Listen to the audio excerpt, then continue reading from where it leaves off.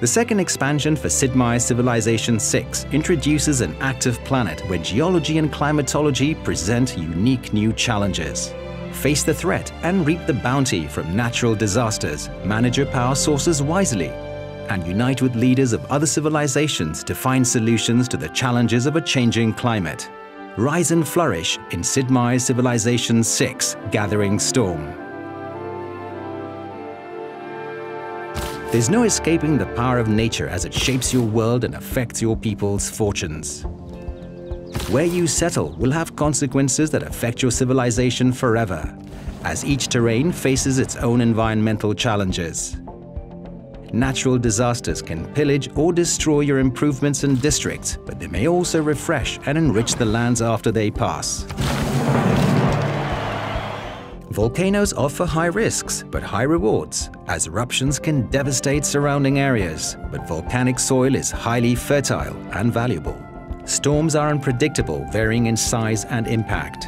Desert sandstorms or ocean hurricanes can wreak havoc across your civilization, but also offer a chance of improved food yield in their wake. Blizzards and tornadoes are the most destructive of the storms, though blizzards may have some nice benefits if you're playing as Russia, while grassland tornadoes cause nothing but destruction.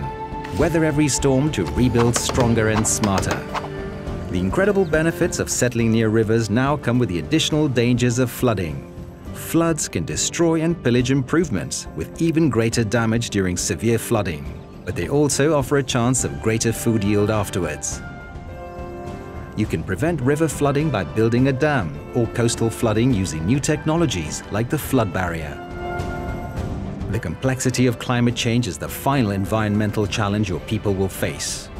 As the game progresses and civilizations consume certain fuel resources, carbon dioxide will be released, leading to higher global temperatures and unique consequences, including increased storms or flooding and rising sea levels.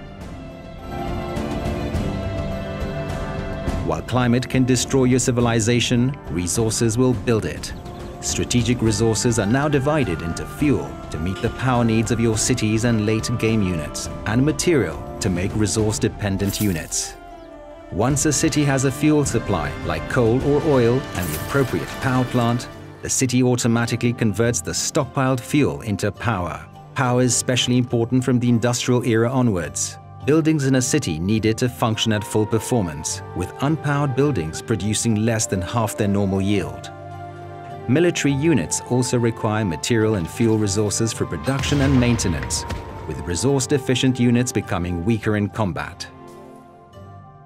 But be aware, your management of fuel will directly affect the world's temperature and the climate consequences your people will face. Alternatively, you may build green energy sources later in the game, such as hydroelectric dams and wind farms. Nuclear power plants can also provide cities with green power, adding only light carbon emissions, but the chances of a nuclear accident will increase as the power plant ages. Depending on the severity of the accident, the surrounding area will be subject to fallout, just as if a nuclear weapon had detonated. You can protect from this by performing maintenance on the nuclear power plant as a project. The true test of facing global changes is working with other civilizations. Make your voice heard among other leaders during meetings of the World Congress and craft a path toward diplomatic victory. Earn diplomatic favor through alliances, influencing city-states, competing in world games, participating in peace accords, and more. Use your favor to help or hinder others. Extract promises from leaders, increase the weight of your votes, or propose resolutions that will affect all civilizations. All emergencies now fall under the oversight of the World Congress and must be requested and passed through a special session before they will receive aid. Now more than ever, the fate of the world will be decided by every nation.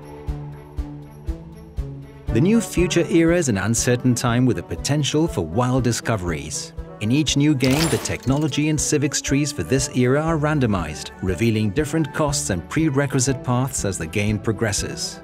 Players will need to choose their research projects wisely to uncover these futuristic marvels.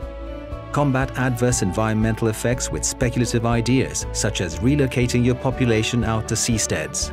develop advanced technologies and AI to recapture carbon emissions, and discover new items to help achieve science, culture, and domination victories. 8 new civilizations and 9 new leaders are introduced, including Hungary, Maori, Canada, Inca, Mali, and Sweden. Each brings unique bonuses, gameplay, units, and more.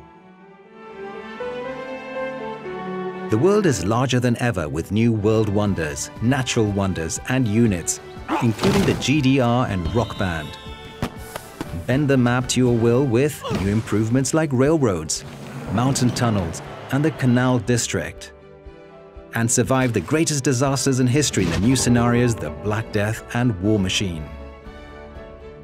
In Sid Meier's Civilization 6 Gathering Storm, the world is more interconnected and complex. You must contend with the power of nature, planning for disasters and rebuilding after them, all while navigating diplomatic relations with the rest of the planet.